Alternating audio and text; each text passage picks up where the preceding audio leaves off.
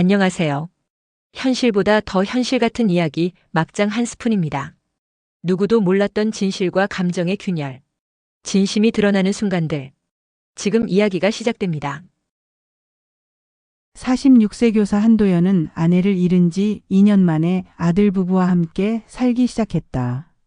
며느리 박윤서는 헌신적인 간호사 출신으로 집안의 공허함을 채워주는 듯 했다. 정성스레 차린 식사, 깔끔하게 정돈된 집안, 그리고 시아버지를 향한 따뜻한 배려까지. 도연은 아들이 좋은 여자를 만났다고 생각했다. 그러던 어느 날 밤 화장실을 가려던 도연은 거실에서 들려오는 낮은 흐느낌 소리에 발걸음을 멈췄다. 윤서가 누군가와 통화를 하고 있었다. 제발. 이러지 마세요. 저 이제 정말 힘들어요. 그녀의 목소리는 절박했고 눈물로 얼룩져 있었다. 도연은 조용히 방으로 돌아왔지만 잠을 이룰 수 없었다. 다음 날 아침 도연은 조심스럽게 물었다. 어젯밤에 무슨 일 있었니? 윤서는 잠시 당황한 듯했지만 이내 미소를 지으며 대답했다. 아, 병원 동료가 개인적인 고민이 있어서요.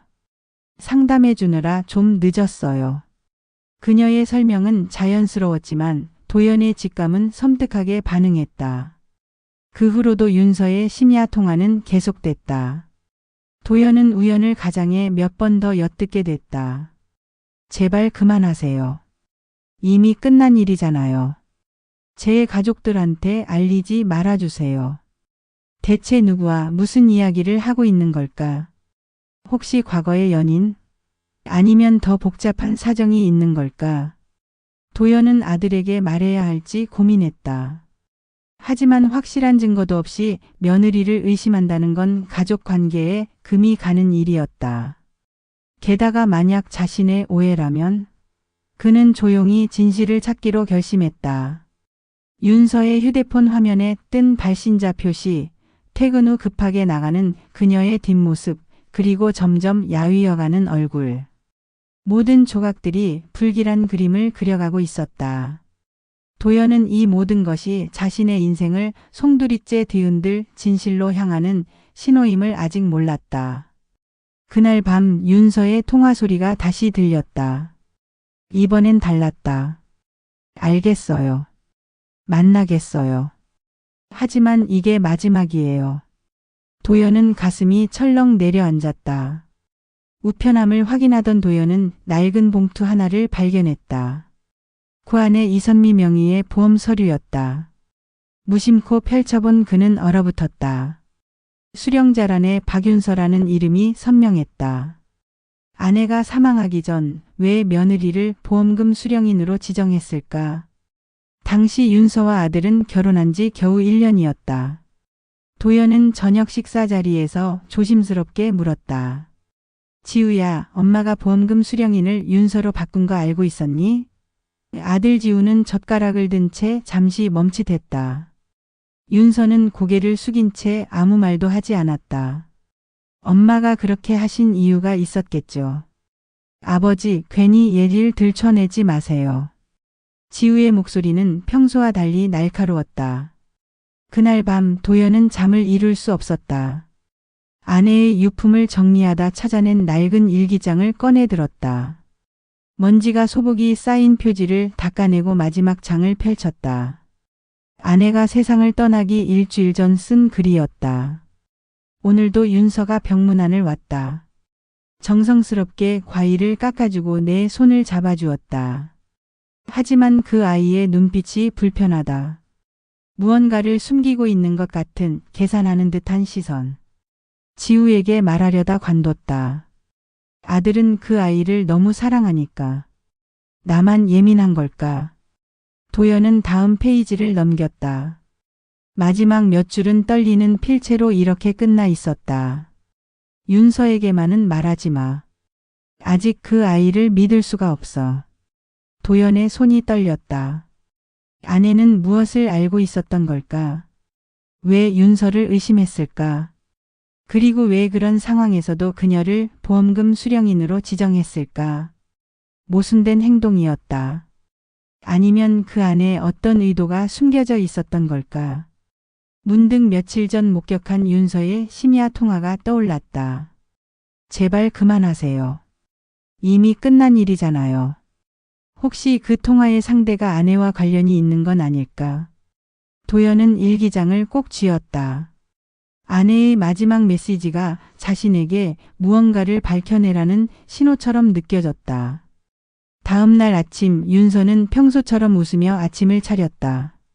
하지만 도연의 눈에 비친 그녀는 더 이상 헌신적인 며느리가 아니었다. 비밀을 간직한 알 수 없는 사람이었다. 도연은 결심했다. 아내가 남긴 진실을 반드시 찾아내겠다고. 윤서의 행동은 점점 더 이상해졌다. 어느 날 도연은 출근길에 우산을 두고 온 것을 깨닫고 집으로 돌아왔다. 현관문을 열려는 순간 안에서 들리는 윤서의 목소리에 발걸음을 멈췄다. 네, 확인했어요. 금고 안에 그대로 있더라고요. 도연은 조용히 밖으로 나와 학교로 향했다. 그날 저녁 도연은 집안 CCTV를 확인했다. 오전 10시 32분 윤서가 안방으로 들어가는 장면이 포착됐다. 그녀는 주변을 살피더니 옷장 뒤편의 금고를 열었다. 비밀번호를 정확히 알고 있었다. 금고 안을 확인한 윤서는 무언가를 사진 찍은 뒤 다시 닫았다. 전체 과정은 5분도 채 걸리지 않았다. 도연은 아들을 따로 불렀다. 지우야, 윤서가 우리 금고를 열어봤더라. 지우의 표정이 굳었다. 그게 무슨 말씀이세요? CCTV에 다 찍혔어. 비밀번호도 알고 있었고. 도연은 최대한 차분하게 말했다. 하지만 지우의 반응은 예상 밖이었다. 아버지, 이제 그만하세요. 아들의 목소리가 떨렸다. 윤서를 왜 이렇게 의심하세요? 엄마 돌아가신 후로 아버지가 이상해지셨어요. 사람을 믿지 못하고 계속 의심만 하시잖아요. 지우는 숨을 크게 들이쉬었다. 아버지는 윤서를 너무 의심해요. 엄마처럼 또 사람을 잃고 싶어요. 그 말에 도연은 아무 대꾸도 못했다. 아내를 잃은 상실감, 혼자 남겨진 두려움. 아들의 말이 가슴을 찔렀다. 혹시 정말 자신이 과민해진 걸까? 윤서에 대한 의심이 망상은 아닐까? 그날 밤 11시 집 근처 편의점 주인 최미경은 야간 근무 중이었다. 술 냄새를 풍기며 들어온 윤서가 맥주 한 캔을 집어들고 밖으로 나갔다. 미경은 그녀가 편의점 앞 벤치에 앉아 전화를 거는 모습을 창문 너머로 보았다. 네, 그 사람 모르게 처리했어요. 윤서의 목소리가 밤 공기를 타고 흘러들었다. 미경은 무심코 귀를 기울였다. 이제 남은 건 돈뿐이에요. 조금만 더 기다려주세요. 윤서는 맥주를 단숨에 들이켰다. 그 집안 사람들은 아무것도 몰라요. 특히 시아버지는 의심만 하다가 결국 아무것도 못할 거예요. 미경은 등골이 오싹해졌다. 윤서의 표정은 평소의 온화한 모습과는 전혀 달랐다. 차갑고 계산적이었다. 통화를 마친 윤서는 휴대폰을 주머니에 넣고 비틀거리며 집으로 향했다. 다음 날 아침 미경은 도연이 출근하는 모습을 보았다. 말해야 할까? 하지만 이웃 간의 일에 끼어들기가 조심스러웠다. 그저 불안한 예감만이 가슴속에 남았다. 도연은 밤마다 아내의 일기장을 읽고 또 읽었다. 마지막 장을 넘길 때마다 아내의 체온이 느껴지는 것 같았다. 그러던 어느 날 일기장 뒷표지가 미세하게 들떠 있는 것을 발견했다. 조심스럽게 떼어내자 얇은 노트 한 권이 숨겨져 있었다. 손이 떨렸다. 아내는 왜 이걸 숨긴 걸까? 첫 장을 펼치자 날짜가 적혀 있었다. 사망 3일 전이었다. 글씨는 흐트러져 있었고 중간중간 잉크가 번진 자국이 있었다. 눈물을 흘리며 쓴 듯했다. 윤서가 날 따르지 않는다. 오늘도 약을 바꿔 먹으라고 권했다. 의사 선생님이 처방한 게 강하다면서. 하지만 나는 그 아이의 눈빛을 봤다. 뭔가 다른 의도가 있었다. 도연은 숨이 막혔다. 다음 페이지는 더 충격적이었다. 지우를 위해 참고 있지만 그 아이는 우리 가족을 망치게 될지도 모른다. 윤서가 병원을 그만둔 진짜 이유를 알아야 한다. 하지만 지우 앞에서 며느리를 의심할 수는 없다. 내가 죽으면 도연이 이걸 찾아주길. 도연은 노트를 꼭 쥐었다. 아내는 알고 있었다. 그리고 혼자서 견뎌냈다. 며느리에 대한 의심을 아들에게 말하지 못한 채 세상을 떠났다. 다음 날 도연은 편의점으로 향했다. 미경은 그의 창백한 얼굴을 보자마자 의자를 내주었다. 최 사장님, 제가 미쳐가는 걸까요? 도연은 떨리는 목소리로 물었다. 아내도 윤서를 의심했어요. 하지만 아들은 제 말을 믿지 않아요. 미경은 잠시 망설이다가 입을 열었다. 선생님, 저도 며칠 전부터 말씀드릴지 고민했어요. 그녀는 윤서의 심야 통화 내용을 조심스럽게 전했다. 그리고 제가 알아본 게 있어요. 미경은 휴대폰을 꺼내 화면을 보여주었다. 지역 맘카페 게시글이었다. 이 병원 간호사 조심하세요라는 제목의 글이었다. 댓글에 윤서의 이름이 거론돼 있었다. 사망자 보험금 유용 사건으로 퇴사 처리됐대요. 환자 보호자들 사이에서 소문이 돌았어요. 도연의 머릿속이 하얘졌다. 보험금 유용. 아내 명의의 보험금 수령인이 윤서였던 것. 금고를 몰래 확인하던 모습. 밤마다 이어지는 수상한 통화. 그 사람 모르게 처리했다는 말. 모든 조각이 하나의 그림으로 맞춰지기 시작했다. 그럼 우리 아내가. 도연의 목소리가 잠겼다. 미경은 그의 손을 꼭 잡았다. 아직 확실한 건 아니에요. 하지만 경찰에 알려야 할 것 같아요. 도연은 고개를 저었다. 증거가 필요해요. 지우를 설득할 수 있는 확실한 증거가.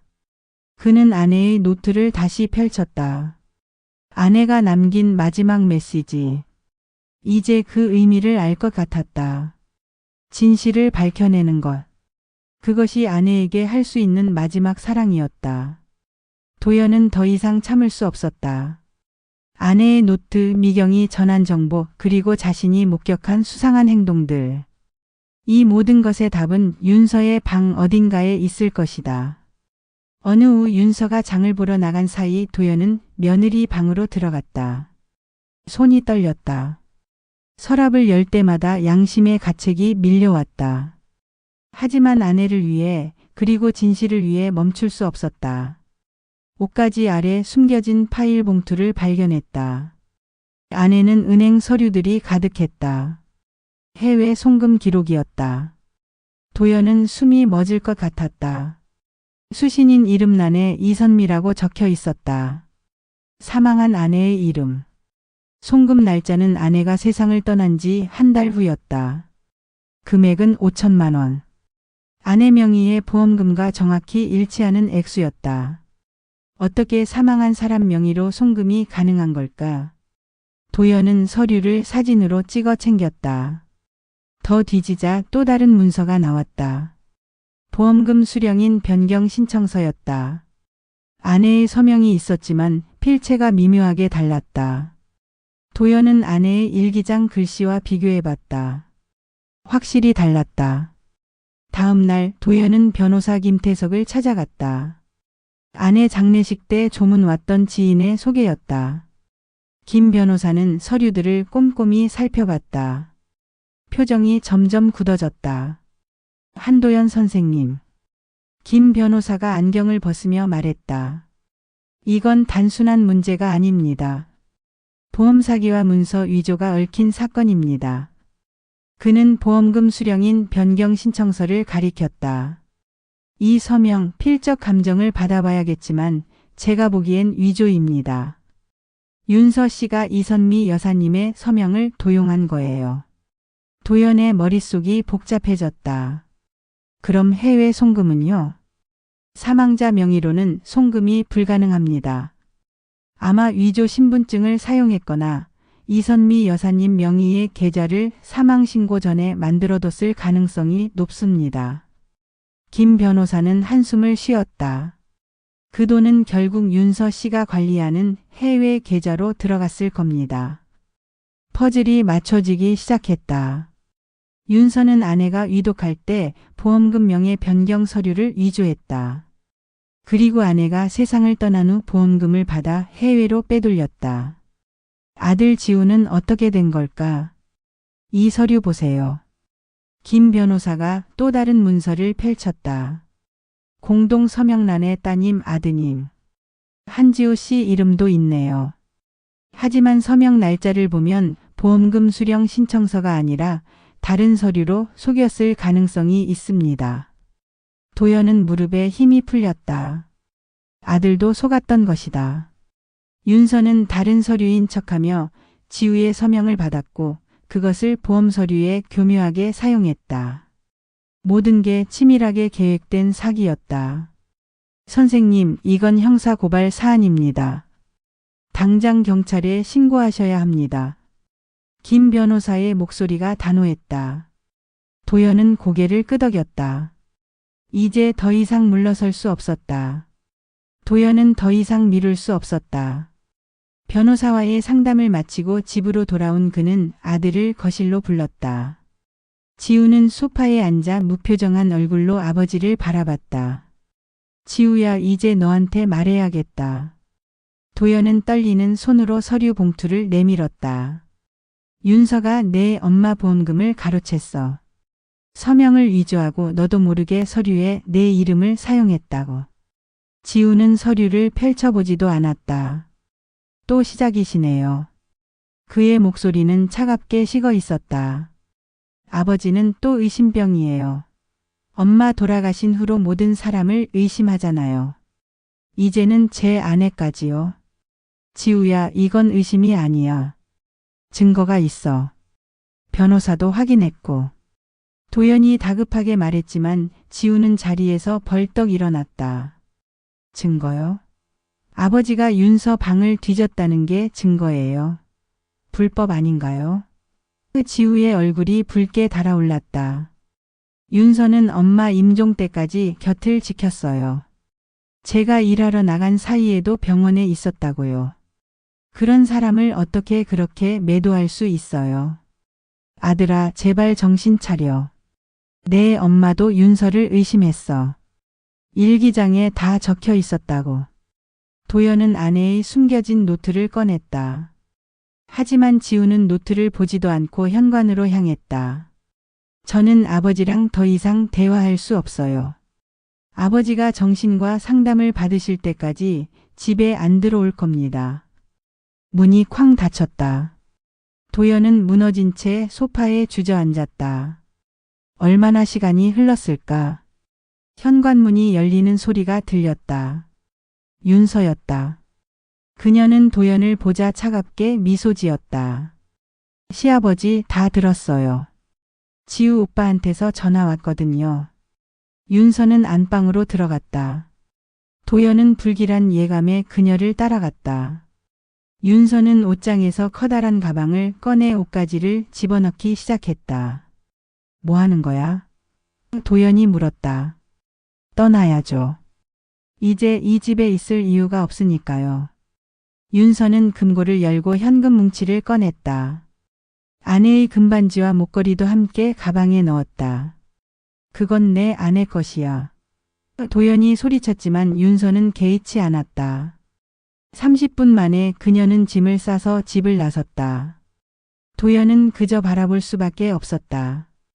경찰을 부를까 생각했지만 아직 고소장을 접수하지 않은 상태였다. 편의점 미경은 CCTV로 골목을 지켜보고 있었다. 윤서가 무거운 가방 2개를 끌고 나오는 모습이 화면에 잡혔다. 그녀는 골목 어귀에서 택시를 잡아탔다. 미경은 확대된 화면을 보고 숨이 멎었다. 윤서의 얼굴에는 환한 웃음이 번져 있었다. 택시가 출발하자 그녀는 전화를 받았다. 입 모양으로 읽을 수 있었다. 이제 진짜 끝났어요. 윤서는 창밖을 바라보며 말했다. 모두 제 뜻대로 됐어요. 바보 같은 시아버지는 아무 증거도 못 잡았고 남편은 절 끝까지 믿어주니까요. 미경은 급히 녹화 파일을 저장하고 도연에게 전화를 걸었다. 선생님, 윤서 씨가 도망갔어요. CCTV에 다 찍혔습니다. 지금 당장 경찰에 신고하세요. 도연은 휴대폰을 움켜쥐었다. 이제 정말 끝장을 봐야 할 때였다. 도연은 윤서가 사라진 다음날 아침 일찍 경찰서로 향했다. 변호사 김태석도 함께였다. 고소장 접수와 동시에 김 변호사는 보험회사에 연락을 취했다. 이건 단순 사기가 아닐 겁니다. 너무 치밀해요. 사흘 후 김 변호사가 긴급히 도연을 불렀다. 선생님, 큰일입니다. 그의 표정은 창백했다. 보험회사 협조로 계좌 추적을 했는데요. 윤서 씨는 조직적 사기단과 연루되어 있었습니다. 변호사는 서류 뭉치를 펼쳤다. 해외 계좌 거래 내역을 보면 같은 계좌에서 여러 명에게 송금이 이루어졌습니다. 그중 한 명이 결혼 사기 전과자로 확인됐어요. 더 충격적인 건 김 변호사는 잠시 말을 멈췄다. 윤서 아니 그녀의 본명은 박윤서가 아닙니다. 진짜 이름은 정수연이에요. 도연은 의자 등받이에 몸을 기댔다. 그럼 지금까지 모든 게 거짓이었단 말인가? 네. 그녀는 이미 2번이나 다른 신분으로 결혼 사기 전력이 있었습니다. 첫 번째는 5년 전 부산에서, 두 번째는 3년 전 대구에서요. 매번 간호사 신분을 위조했고 배우자 가족의 보험금을 노렸습니다. 김 변호사의 목소리가 떨렸다. 한지우 씨는 세 번째 피해자입니다. 경찰은 즉시 윤서의 도피처를 추적했다. 그녀는 인천공항 근처 모텔에 숨어 있다가 일주일 만에 체포됐다. 가방에는 도연 집에서 가져간 현금과 귀금속, 그리고 위조 여권이 들어 있었다. 지우는 윤서가 체포됐다는 소식을 듣고 쓰러졌다. 병원으로 실려간 그는 극심한 스트레스로 인한 급성 불안장애 진단을 받았다. 도연은 아들의 병실을 지키며 밤을 새웠다. 지우는 며칠 동안 말을 하지 않았다. 아버지, 죄송해요. 일주일 만에 지우가 입을 열었다. 제가 아버지 말을 들었어야 했는데. 눈물이 뺨을 타고 흘렀다. 엄마도 알고 계셨는데 저만 몰랐어요. 도연은 아들의 손을 꼭 잡았다. 내 잘못이 아니야. 우리 모두 속은 거야. 재판은 신속하게 진행됐다. 검찰은 윤서의 전과 기록과 조직적 사기 정황을 근거로 중형을 구형했다. 법정에 선 윤서는 처음으로 본 모습을 드러냈다. 온화했던 미소는 사라지고 냉소적인 표정만이 남아 있었다. 피고인 정수연에게 징역 5년, 사기로 취득한 재산 전액 몰수 및 피해자에게 배상을 명한다. 판사의 선고가 법정에 울려 퍼졌다. 도연은 방청석에서 그 모습을 지켜봤다. 이상하게도 분노는 느껴지지 않았다. 허무함만이 가슴을 채웠다. 재판이 끝나고 법원을 나서는 길, 도연은 주머니 속 아내의 일기장을 만졌다. 윤서에게만은 말하지 마. 아직 그 아이를 믿을 수가 없어. 아내는 알고 있었다. 죽음 직전까지 경고를 남겼다. 하지만 도연은 아들은 그 경고를 무시했다. 미안해, 여보. 도연은 하늘을 올려다봤다. 아내가 남긴 마지막 경고를 나는 끝내 무시했구나. 김 변호사가 어깨에 손을 얹었다. 선생님, 이제 끝났습니다. 부인께서도 이제 편히 쉬실 수 있을 겁니다. 도연은 고개를 끄덕이며 발걸음을 옮겼다. 긴 악몽이 끝났지만 상처는 쉽게 아물지 않을 것 같았다. 1년이 흘렀다. 도연은 30년간 몸담았던 교직을 내려놓았다. 더 이상 교단에 설 기력이 남아있지 않았다. 대신 그는 지역 청소년 상담소에서 봉사활동을 시작했다. 상처받은 아이들을 만나고 그들의 이야기를 들어주는 일이었다. 어느 봄날 오후 한 여학생이 도연을 찾아왔다. 선생님, 저희 엄마가 새아빠를 데려왔는데요. 전 그 사람이 믿어지지 않아요. 소녀의 눈에는 불안이 가득했다. 도연은 소녀의 손을 잡았다. 내 마음 이해해. 누군가를 믿는다는 건 정말 어려운 일이지. 그는 창밖을 바라보며 말을 이었다. 하지만 믿음이란 상대를 완벽하게 아는 게 아니야. 진실을 두려워하지 않는 용기란다. 소녀가 고개를 갸우뚱했다. 무슨 뜻이에요? 진짜 믿음은 눈을 감고 맹목적으로 따르는 게 아니라 의심이 들 때 용기 있게 진실을 확인하는 거야. 그리고 그 진실이 두렵더라도 외면하지 않는 거지. 선생님은 그걸 너무 늦게 배웠어. 소녀는 천천히 고개를 끄덕였다. 도연은 그 작은 반응에서 위안을 얻었다. 자신의 실패가 누군가에게는 교훈이 될 수 있다는 사실이 조금이나마 마음을 가볍게 했다. 퇴근길 도연은 공원을 지나다 벤치에 앉았다. 따스한 봄바람이 불었다. 선생님. 익숙한 목소리가 들렸다. 편의점 주인 미경이었다. 그녀는 커피 2잔을 들고 다가왔다. 오늘도 상담소 다녀오세요? 미경이 옆에 앉으며 물었다. 응. 요즘은 거기 있는 시간이 제일 편해. 도연은 커피를 받아들었다. 두 사람은 잠시 말없이 앞을 바라봤다. 아이들이 뛰어노는 소리, 새들의 지저귐, 나무를 스치는 바람 소리가 평화로웠다. 지우는 어때요? 미경이 조심스럽게 물었다. 많이 회복했어. 요즘은 작은 회사에 취직해서 새 출발하고 있어. 가끔 집에 들러서 밥도 같이 먹고. 도연의 목소리에 안도가 묻어났다. 다행이네요. 그때는 정말 어떻게 될까 걱정했어요. 나도 그랬어. 도연은 한숨을 쉬었다. 아들이 다시 웃는 모습 보기까지 정말 오래 걸렸어. 미경이 도연을 물끄러미 바라봤다. 선생님은요? 이제 좀 편해졌어요.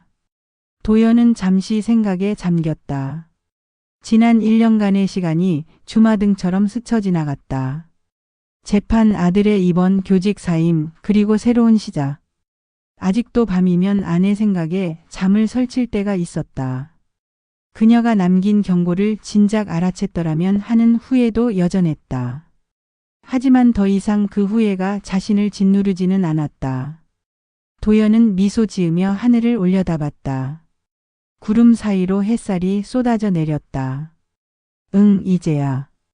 진짜 봄이 온 것 같아요. 미경도 따라 하늘을 봤다. 정말 좋은 날씨네요. 두 사람은 벤치에 앉아 한참을 그렇게 봄을 바라봤다. 긴 겨울이 끝나고 새로운 계절이 시작되고 있었다. 도연은 아내의 일기장이 담긴 가방을 쓰다듬었다. 여보, 이제 편히 쉬어요. 나도 이제 괜찮아. 봄바람이 두 사람의 머리카락을 흔들었다. 도연의 얼굴에는 오랜만에 진심 어린 평화가 깃들어 있었다. 끝까지 시청해주셔서 감사합니다. 여러분의 구독과 좋아요, 댓글은 이야기를 계속 만들어갈 수 있는 큰 힘이 됩니다.